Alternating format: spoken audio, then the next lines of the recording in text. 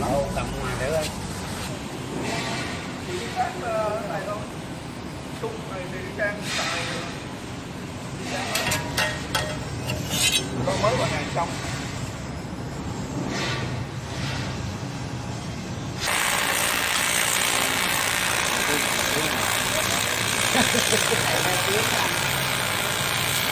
Tiếng rồi đó.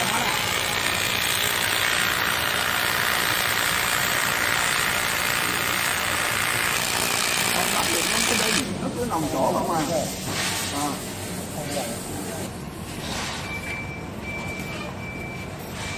Mép mà.